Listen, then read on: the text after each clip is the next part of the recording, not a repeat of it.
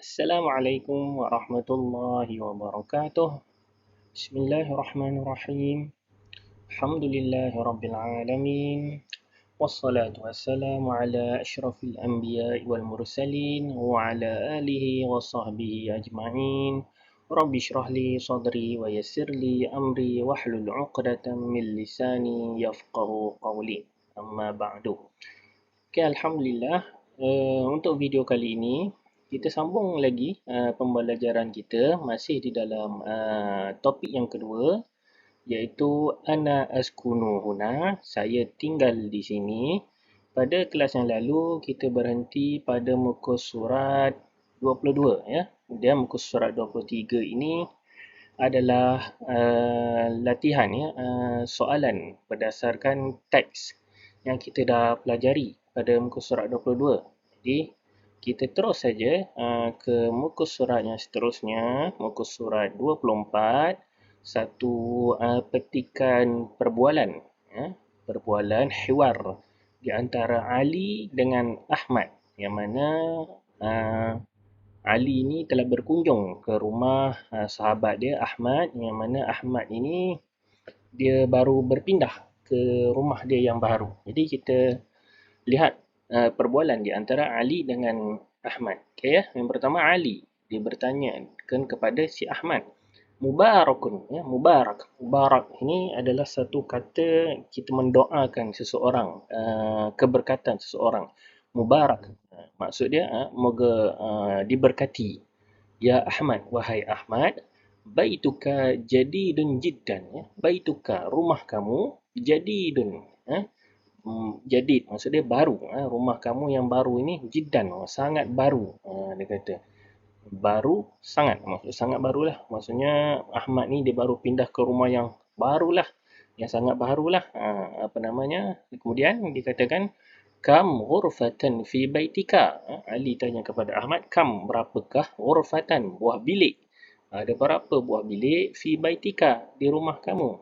Maka jawab si Ahmad, Allahu yubariku fika, ya, moga Allah memberkati kamu juga, ya. Bila Ali sebut mubarak kepada Ahmad, yakni mendoakan keberkatan, maka Ahmad doakan kembali kepada Ali, ya, Allahu yubariku fika, ya, moga Allah memberkati padamu juga, wahai Ali. Lagi, fi baiti khamsu ghurafin. Jadi Ali tanya tadi ada berapa bilik di rumah si Ahmad ni? Ahmad jawab, fi baiti, di rumah saya ada khamsu ghurafin, 5 buah bilik. Maksudnya rumah Ali ni besar lah. Bukan rumah banglo lah kot, kan? Sampai 5 bilik. Lagi Ali kata, ma awsa'al baita. Ma awsa'a, betapa luasnya al-baita, rumah ini. Ada 5 buah bilik, kan? Jadi betapa luasnya rumah ini. Ali pujikan kepada rumah si Ahmad. Wama aksaral ghurfata. Apa lagi kata Ali? Wama aksara, betapa banyaknya al-ghurfata, bilik ini. Dalam rumah itu luas, kemudian bilik juga banyak.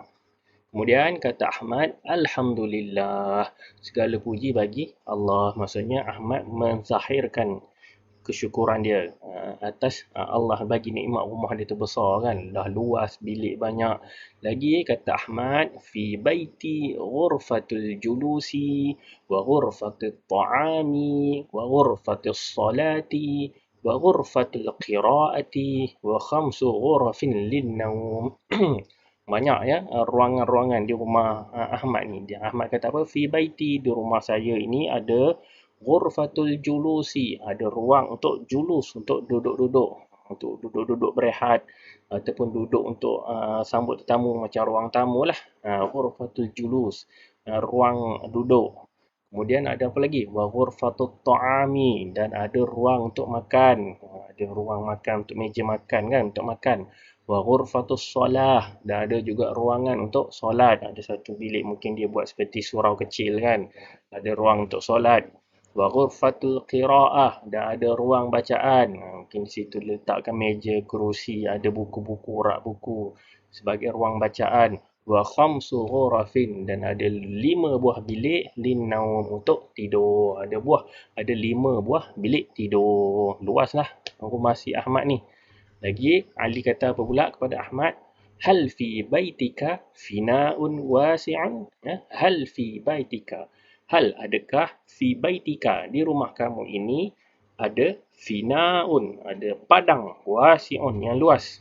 Adi tanya, dah rumah luas macam ni, ada padang ke? Macam ada halaman rumah yang luas lah kan? Jawab si Ahmad, na'am. Ya, maksudnya rumah Ahmad ni adalah padang yang luas ni. Fihi fina'un wasi'un. Fihi, padanya, pada rumah saya ni, rumah si Ahmad ni, fina'un wasi'un. Ada sebuah padang yang luas. Wa mar'abus sayyarati. Mar'ab maksud dia garaj. Garaj as-sayyarati, kereta. Ada garaj kereta. Ada padang yang luas, ada garaj kereta di ruangan luar rumah si Ahmad ni. Kemudian Ahmad tanya pula kepada Ali, wa kaifa baituka? Dan bagaimana pula rumah kamu? Tadi cerita-cerita tentang rumah si Ahmad aja. Kita nak tahulah juga macam mana rumah Ali. Ali jawab apa? Ali jawab, ana askunu fi syaqqati ma'a usrati. Ana askunu, saya tinggal fi syaqqati, di sebuah pangsapuri, ma'a usrati, bersama keluarga saya. Ahmad tadi mungkin duduk apa? Dia duduk rumah banglo. Ali pula dia duduk rumah pangsapuri. Lagi Ahmad tanya kepada Ali, fi ayyi tabiqin syaqqatuka? Fi ayyi, pada ayyi tabiqin, pada tingkat berapakah syaqqatuka, apa nama, pangsapuri kamu? Kan pangsapuri ini rumah yang tinggi-tinggi kan, yang bertingkat-tingkat. Jadi Ahmad tanyalah, fi ayyi tabiqin, pada tingkat berapakah syaqqatuka, pangsapuri kamu? Jawab si Ali, syaqqati fi tabiqi as-sani. Syaqqati, pangsapuri saya, fi tabiq, pada tingkat as-sani, yang kedua. Rumah Ali ni terletak pada tingkat 2, taklah jauh sangat, tak tinggi sangat kan. Lagi Ahmad tanya lagi kepada Ali, kam ghurfatan lisyaqqati ya sadiqi? Ya, kam ghurfatan, ada berapa buah bilik pula lisyaqqati, bagi pangsapuri itu, ya sadiqi, wahai sahabatku. Ali jawab, syaqqati laha salasu ghurafin linnaumi wa salunun wa matbakhun. Syaqqati, pangsapuri saya ini, laha, padanya ada salasu ghurafin, ada 3 buah bilik linnaumi, untuk tidur. Ada 3 buah bilik tidur, wa salunun, dan juga ada satu ruang tamu, wa matbakhun, dan ada juga satu dapur. Lebih kurang jugalah, besar jugalah tu. Kan ada 3 buah bilik tidur, ada ruang tamu, ada dapur. Lagi Ahmad kata apa? Dia ajakkan kepada Ali, hayya nashrab asyaya. Hayya, mari, jom, nashrab, kita minum asyaya, ya, minum teh. Dah sembang-sembang, Ahmad ajak Ali minum teh. Duduk kat rumah dia ni, dia hidangkan teh. Ali jawab apa? Jazakallahu khairan kasira. Ya, moga Allah balas kepada kamu segala kebaikan. Maksudnya Ali ucap terima kasihlah kepada Ahmad. Salah satu ucapan untuk kita ucap terima kasih adalah jazakallahu khairan kasira. Selain yang kita selalu sebut syukran kan, syukran, terima kasih juga. Antara cara kita nak ucap terima kasih juga adalah sebut jazakallahu khairan kasira. Okey? Itu dia perbualan di antara Ali dengan Ahmad. Okey, seterusnya kita pindah pula kepada muka surat yang ke-25. Safhah 25. Ini berkenaan pula tentang tarkib, suatu ayat, satu frasa ayat untuk kita guna. Bila sebut perkataan itu, perlu ada balasannya kepada orang yang kita ucapkan itu, ya. Pada muka surat 25 ni kita belajar tentang frasa untuk kita sebut pada bulan Ramadan. Maksudnya bila kita jumpa dengan seseorang, kita sebut pada dia Ramadan Karim. Ramadan Karim. Bila jumpa terserempak dengan orang kan, Assalamualaikum, Ramadan Karim. Bila orang tu dengar, dia jawab Waalaikumsalam, lepas tu jawab Allahu Akram. Itu cara sebutan dia kan. Ramadan Karim maksudnya Ramadan yang mulia. Bila kita jumpa seseorang itu dalam bulan Ramadan, kita sebut Ramadan Karim, Ramadan yang mulia. Kemudian orang yang mendengar tu pula akan jawab Allahu Akram, Allah yang lebih mulia.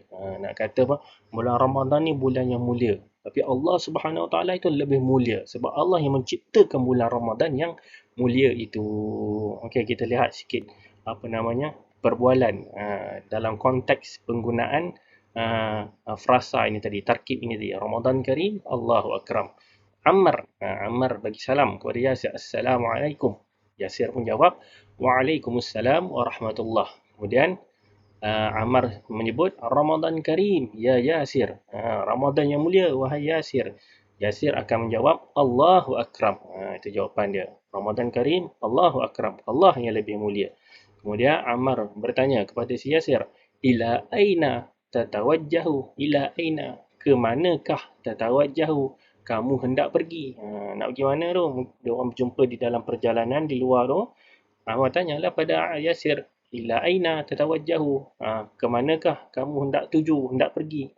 Yasir jawab, Atawajjahu ilal masjidi. Atawajjahu, saya hendak menuju ilal masjidi, ke masjid.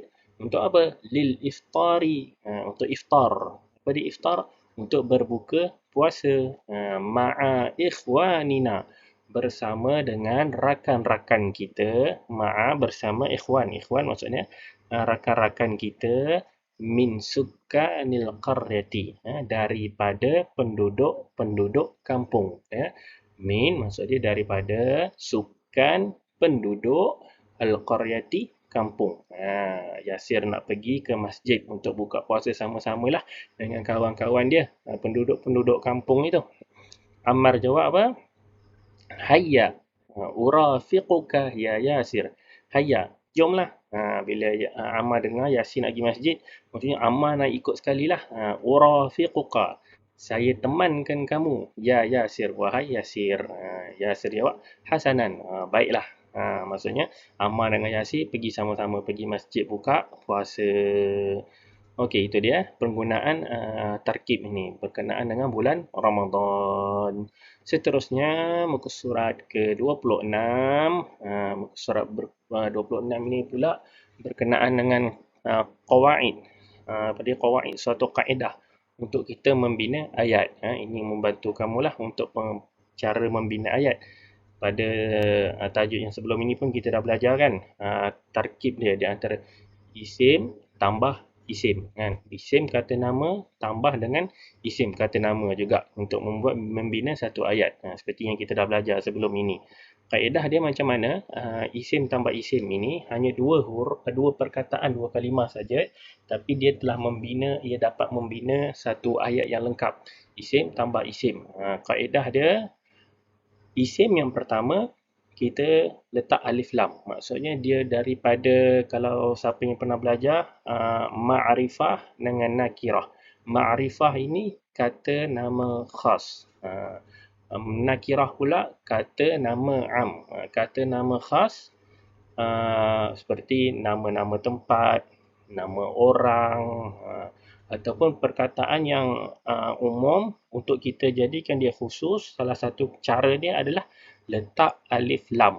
Jadi perkataan isim yang pertama mestilah daripada yang ma'rifah, yang kata nama khas. Sama ada nak guna nama-nama yang dah khas, nama orang ataupun nama tempat dan sebagainya, ataupun perkataan yang biasa kita jadikan dia kata nama khas dengan letak alif lam. Kemudian isim yang kedua mesti nakirah, mesti kata nama am. Jadi tak perlu letakkan alif lam. Kita tengok contoh. Di sini contoh dia bagikan dua bahagian kan, muzakkar dengan muannas. Muzakkar ini dia bagi contoh untuk yang lelaki. Muannas dia bagi contoh untuk perempuan. Tengok contoh dia. Al-baitu wasi'un.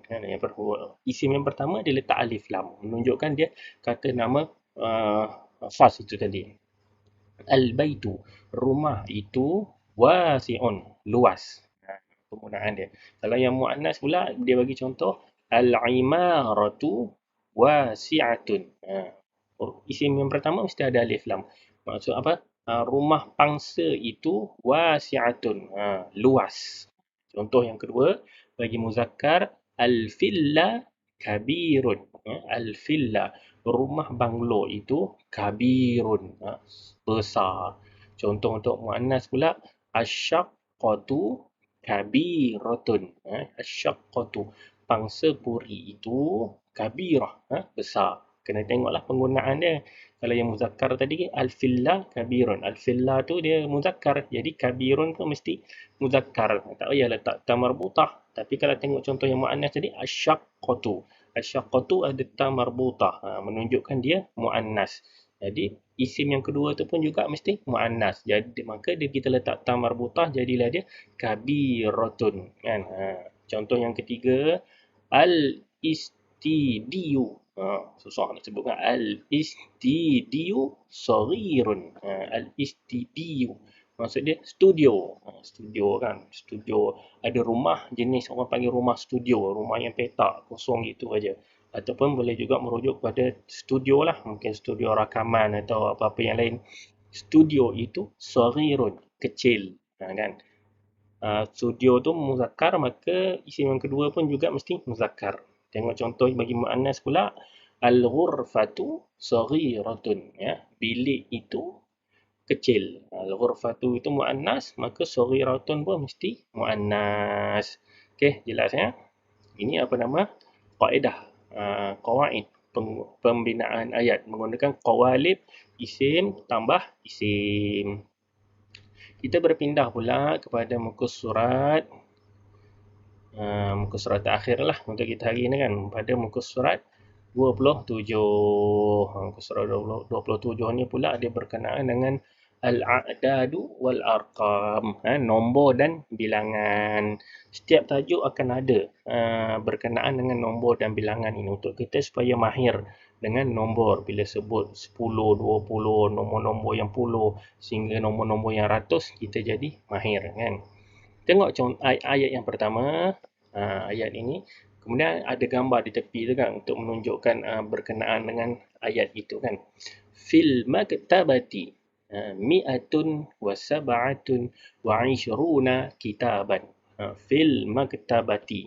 Apa maksud dia? Maktabah. Maktabah maksud dia perpustakaan, library ataupun pusat sumber, ya. Di dalam perpustakaan itu ada mi'atun, 100, wa sab'atun wa 'ishruna, 27 buah kitaban. Kitab maksud dia buku.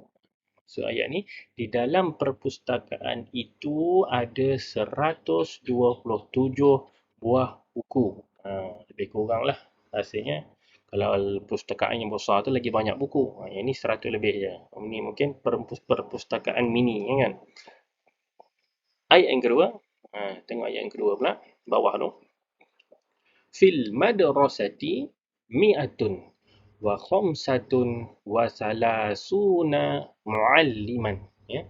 Fil madrasah, di sekolah ini ada 135.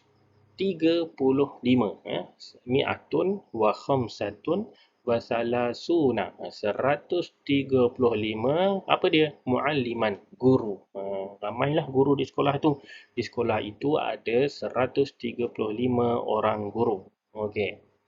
Ayat yang ketiga, fil mal'abi mi'atun wa sab'atun wa salasuna la'iban. Apa dia? Mal'ab. Mal'ab maksud dia padang. Tengok gambar tepi tu, kan.